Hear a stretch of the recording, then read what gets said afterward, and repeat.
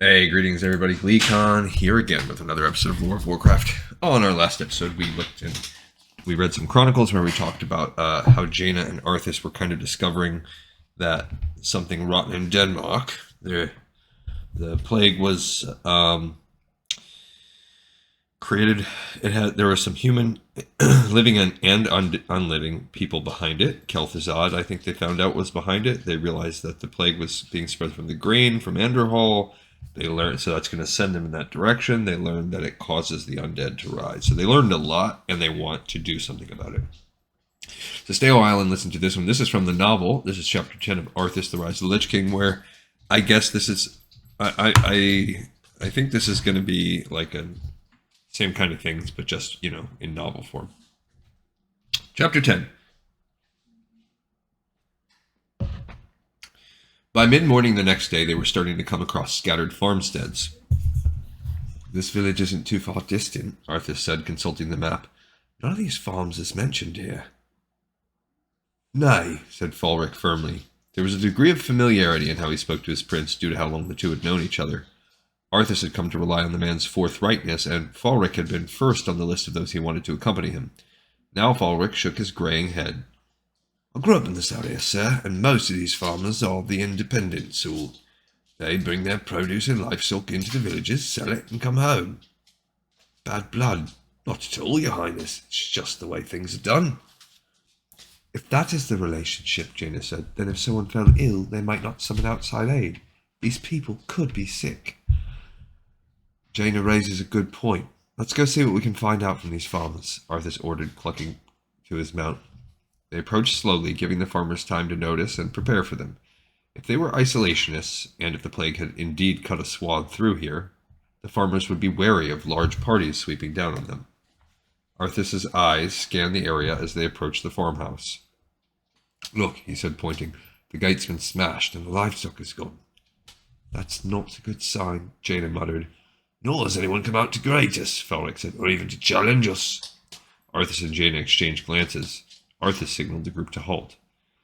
Greetings to you all, he said in a strong voice. I am Arthas, Prince of Lordaeron, and my men and I mean you no harm. Please come out and speak with us. We have questions concerning your safety. Silence. The wind picked up, flattening the acres of grass that should have been grazing around for cattle or sheep. The only sound was its soft sigh and the creaking of their own armor as they all shifted uneasily. No one's here, Arthas said. Well, maybe they're too sick to come out, Jaina replied. Arthas, we must at least go and see. They could need our help.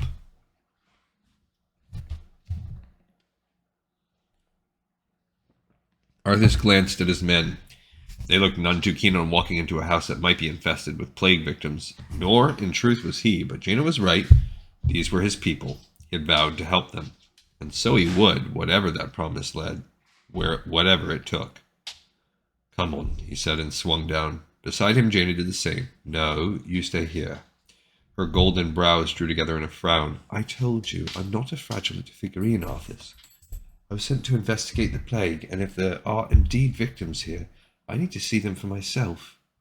He sighed and nodded. All right, then. He strode forward to the farmhouse. They were almost at the garden when the wind shifted. The stench was horrific. Jaina covered her mouth, and even Arthas struggled not to gag. It was the sickly sweet smell of the slaughterhouse. No, not even that fresh. It was the reek of carrion. One of his men turned and vomited. It was by sheer will that Arthas did not emulate him. The foul odor was coming from inside the house. It was by now obvious what had happened to the inhabitants. Jaina turned to him, pale but resolute. I have to examine. Horrible liquid-sounding cries filled the air along with the stench of death, as from inside the farmhouse and behind it, things came at them with startling speed. Arthas's hammer suddenly began to glow with the light so bright he had to narrow his eyes against it. He whirled, lifting the hammer, and stared straight into the eye sockets of a walking nightmare. It wore a rough shirt and overalls, and its weapon was a pitchfork. Once it had been a farmer, but that had been back when it had been alive. It was obviously dead now, the gray-green flesh sloughing off its skeleton, its rotting fingers leaving smudged bitch on the pitchfork handle. Black congealed fluids oozed from pustules, and its gurgling roar spat flecks of ichor on Arthas's unprotected face. So shocked was he by the apparition that he barely had time to swing the hammer before it jabbed him with a pitchfork. He got his blessed weapon up just in time, knocking the farming implement from the hands of the walking dead man and bringing the radiant hammer crashing into its torso. The thing went sprawling and did not rise. But others came to take its place. Arthas heard the thwomp and telltale crackling of Jaina's firebolts, and then suddenly another smell was added to the sickly miasma, the odor of burning flesh. All around him he heard the sound of weapons clashing, men screaming battle cries, the crackle of flame. One of the corpses stumbled distractedly into the house, its body and clothing ablaze. A few moments later, smoke began to billow from the open door. That was it. "Everyone get out now!" Arthas cried. "Jaina, burn the farmhouse! Burn it to the ground!" Despite the horror and panic that was racing through his men, trained soldiers, all of them, but not trained for this, his orders were heard. The men turned and ran from the house. Arthas looked over at Jaina. Her mouth was set in a grim line, her eyes were fastened on the house, and fire crackled as comfortably in her small hands as if the flames were innocuous as flowers. A huge fireball as big as a man exploded into the house. It burst into flame, and Arthas lifted his hand to shield his face from the blast. Several of the animated corpses had been trapped inside. For a moment, Arthas stared at the conflagration, unable to tear his eyes from it. Then he forced himself to turn his attention to slaughtering those that had not been caught in the pyre. It was the work of a few more moments, and then all the things were dead. Really dead this time. She does a graphic job of describing what it would be like to fight these zombies, which would be disgusting. For a long moment there was silence except for the crackling sound of flames consuming the burning house. With a slow sigh, the building collapsed. Arthas was glad he could not see the corpses as they were turned to ash. He caught his breath and turned to Jaina. "What?" She swallowed hard. Her face was black with soot, save where streams of sweat had cleared a path. They're called undead." "Light preserve us," Falric muttered, his eyes bulging and his face pale. "I thought things like this were just stories to scare children." "No, they're real enough, all right. I've never seen one. Never expected to. She took a deep breath and calmed herself, getting her voice under control. "Dead sometimes do linger on if their deaths are traumatic. It's what gave rise to ghost stories." Her demeanor was calming after the horror. Arthas noticed his men turning to listen to her, eager for some understanding of what the hell had just happened to them. He too was more grateful for her book learning than he could ever recall being before. "Pete, the animation of corpses by powerful individual necromancers is not unheard of. We saw examples of this in both the First War, when the orcs were able to animate skeletal remains, and in the Second, with the appearance of what would come to be known as Death Knights," Jaina went on, as if she were reciting a passage rather than trying to explain a horror that the mind could barely grasp. "But as I say, I've never seen any of them before." "Well, they're really dead now," one of the men said. Arthas gave him an encouraging smile. "We have your swords, the light, and the Lady Jaina's fire to thank for that," he told them. "Arthas," Jaina said, "a moment." They walked away a little bit, while the men began to clean themselves up and recover from the unnerving encounter. "I think I know what you're going to say," Arthas began. You were sent here to see if this plague was magical in nature, and it's starting to look like it is. Necromantic magic." Jaina nodded wordlessly. Arthas glanced over at his men. "We haven't even hit the main villages yet. I have a feeling we're going to see more of these undead." Jaina grimaced. "I have a feeling you're right." As they departed the cluster of farmsteads, Jaina drew her horse up and paused. "What are you looking at?" Arthas stepped beside her. Jaina pointed. He followed her gaze to see a silo standing alone on a hill. "The granary?" She shook her head. "No, the land around it." She dismounted, knelt, and touched the soil, scooping up a handful of dry dirt and dead grass. She examined it, poking it at a small insect, its 6 legs curled up in death, then sifted the dirt through her fingers as the slight wind took the powdery soil and bore it away in a little puff of dust. "It's as if the land around that granary is dying." Arthas glanced from her hand to the earth. She was completely right, he realized. Several yards behind him the grass was green and healthy, the soil presumably still rich and fertile, but beneath his feet and in the area around the granary it was as dead as if it were the middle of winter. No, that wasn't a good analogy. Winter was when the land slept. There was still life in it, dormant but ready to be awakened when spring came. There was no life here. He stared at the granary, sea-green eyes narrowing. What could have caused this? I'm not sure. It reminds me of what happened with the Dark Portal in the Blasted Lands. When the portal was opened, the demonic energies that sapped the life from Draenor spilled through into Azeroth, and the land around the portal died. Arthas finished. A thought struck him. Jaina, could the grain itself be plagued, carrying this demonic energy? That was a pretty big leap right there. Her eyes widened. Let's hope not. She pointed at the crates the men were hauling out of the granary. Those crates bear the regional seal of Anderhall, the distribution centre for the northern boroughs. If this grain can spread the plague, there's no telling how many villages might be infected. She almost whispered the words, looking wan and sick. He stared at her hands, pale with the dust of the dead land. Fear suddenly shot through Arthas, and he grabbed her hand. Closing his eyes, he murmured a prayer. Warm light filled him, spread from his hand to hers. Jaina glanced at him, confused, and down at her own hand, clasped in his gloved one. Her eyes widened with horror at what she only now realized could have been a very narrow escape. Thank you, she whispered. He gave her a shaky grin, then called out to his men. Gloves! Every man here wears gloves in this area, no exceptions. His captain heard him and nodded, repeating the order. Most of the men were in full armor, and so were already wearing gauntlets. Arthas shook his head, dispelling the worry that still clung to him. He had sensed no sickness in Jaina at all. Thank the light. He pressed her hand to his lips. Jaina moved, blushed, and smiled softly. That was foolish of me. I wasn't thinking. Lucky for you, I was. A reversal of our roles, she said wryly, offering him a grin and kiss to take the sting out of the jibe. Their mission was now clear, to find and destroy any infected granaries they could. Their task was aided the following day when Arthas' troops crossed paths with a pair of Quel'Darai priests. They too had begun to sense the wrongness that was starting to creep through the land, and had come to offer what healing they could. They offered more tangible help as well. They were able to direct Arthas toward a warehouse at the far end of the village they were approaching. And I think, as we read in the instruction manual, I think the Quel'Darai priests are from Warcraft 3. There's some houses up ahead, sir, Falric said. Well then, Arthas said, let's... A sudden boom took him completely by surprise, and his horse reared, spooked. What the... He looked in the direction from which the sounds had come. Small shapes barely visible, but there was no mistaking the noise. That's mortar fire. Come on. He regained control of his horse, yanked its head around, and galloped toward the sound. Several dwarves looked up as they approached, as surprised to see Arthas as he was to see them. He wheeled to a halt. What the hell are you shooting at?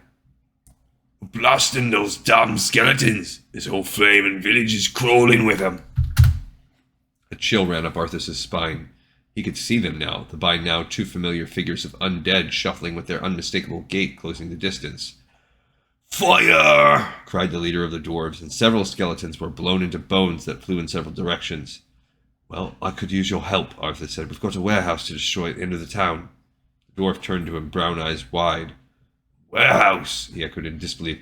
We're being set upon by the walking dead, and you're fretting about a warehouse. Arthas had no time for this.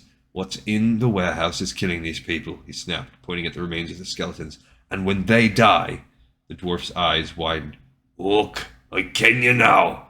Lads, move up. We're to be helping this bunny boy's troops. He stared up at Arthas. By the way, exactly are you, bunny boy?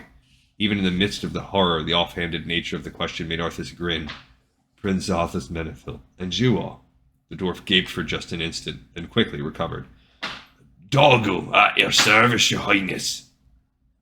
Arthas did not waste further breath on pleasantries, instead attempting to calm his steed sufficiently to keep up with the now moving unit. The horse was a charger, bred for battle, and while it had not given him a moment's trouble while he was fighting orcs, it clearly did not like the scent of the undead in its nostrils. He couldn't blame it, but its skittishness made him think of Invincible's great heart and utter lack of fear. He forced the thought away. It was a distraction. He needed to focus, not mourn a beast even more surely dead than the lumbering corpses that were being blown to bits. Jaina and his men fell in behind them, catching those who weren't quite destroyed by mortar fire and those who stumbled in from the sides and behind him.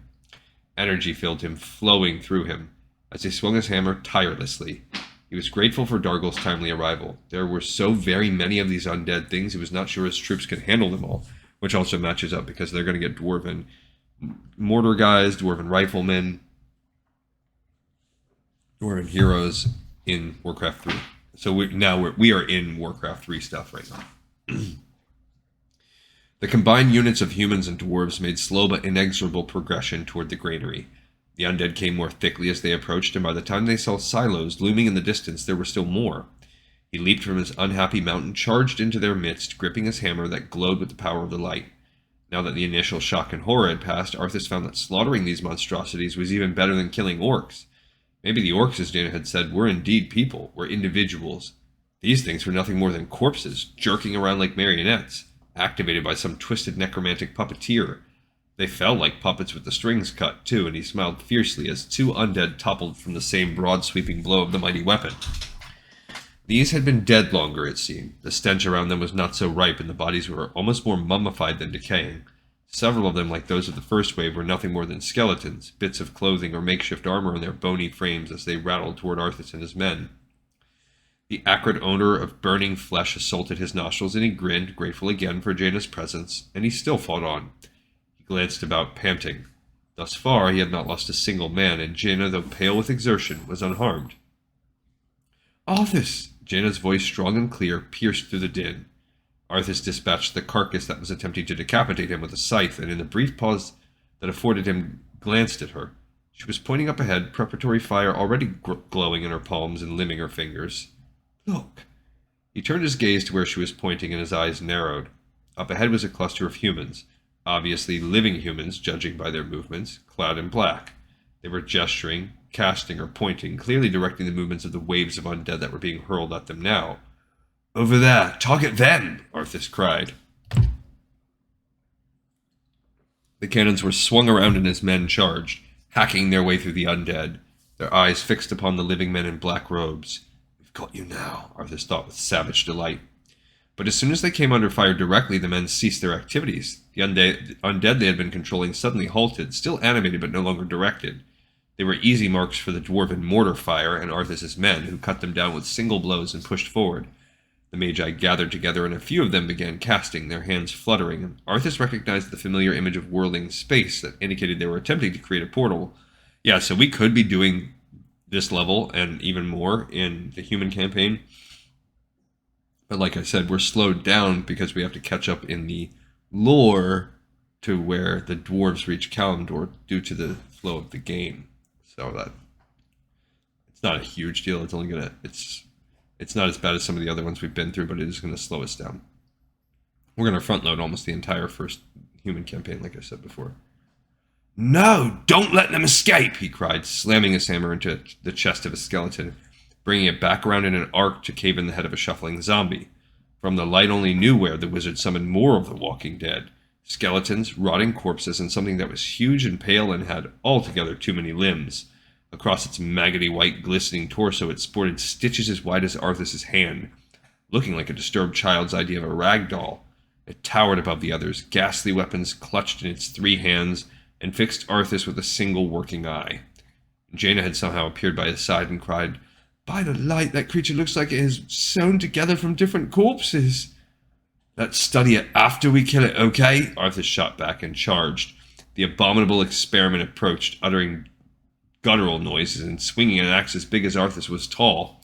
He leaped out of the way, rolling and springing lightly back up on his feet to charge the monstrosity from behind. 3 of his men, 2 with polearms, did the same, and the hideous thing was quickly dispatched. Even as he battled fiercely, he watched the Magi out of the corner of his eye as they turned and rushed through their portal, and then they were gone. The undead they had abandoned all stopped in their tracks, undirected corpses that were quickly destroyed. So that was an abomination. Damn it! Arthas cried. A hand fell on his arm and he jerked it back, his features softening slightly as he saw it was Jaina. He wasn't in the mood for comforting or explanations, and he had to do something, anything to compensate for the men in black robes vanishing on him. Destroy that warehouse, now! Oi, your highness! Let's go, lads! The dwarves surged forward, as eager as he to see some kind of victory. The cannons rolled over the dead men in the dead soil until they were within range. Fire! Dargle cried. As one, the cannons roared, and Arthas felt a hot surge of pleasure as the granary crumbled beneath the assault. Jaina, burn what's left of it. She was already lifting her hands before he started speaking. They did work well together, he thought. An enormous ball of crackling flame sprang from her hands, and the granary and its contents ignited immediately. They waited, watching it burn so that the fire did not spread. With the land so desiccated, a fire could quickly get out of control. Arthas ran a hand through his sweat-stiff blonde hair. The heat coming off the burning granary was oppressive, and he yearned for a breeze. He walked away a short distance and prodded the fallen pale thing with a plated boot. His foot sank into the soft flesh, and he wrinkled his nose. Jaina followed him. Upon closer examination, it looked like she had been right, that the thing was indeed cobbled together out of the other body parts. Arthas suppressed a shudder. The Magi, dressed in black. I'm afraid they were necromancers, Jaina said, just like we discussed earlier. What? No? Dargol had come up behind them and was eyeing the fallen abomination with disgust on his face. Necromancers, Magi who have dabbled in dark magic, who can raise and control the dead. Obviously, they and whomever they serve are behind this plague. She lifted her serious blue eyes to Arthas. Demonic energy may be involved, but I think it's clear that we started down the wrong path. Necromancers, creating a plague to get more raw material for their unholy army, Arthas murmured, glancing back toward the now smoking ruins of the granary. I want them. No, I want their leader. His gauntleted fists clenched. I want that bastard who is deliberately slaughtering my people. He thought about the crates they had seen earlier and the seal they bore. He lifted his eyes and looked down the road. And it's a good bet that we'll find him and the answers we're looking for. An Andahol. Alright, so they discovered the plague is real. That it kills and creates undead. That it's being spread by the granaries. That those are coming from Andahol. And that human necromancers or mortal necromancers are behind it all. The only thing they don't know is that it's Kel'Thuzad. So yeah, we just covered, like we said, in novel form, a big part of the game. We're probably close to getting close to halfway through the human campaign, actually. And what we read in Chronicles. All right, cool. So we got another episode in the pipe, 5x5. I look forward to checking out the next one with you guys. The next time we get together on Lore of Warcraft.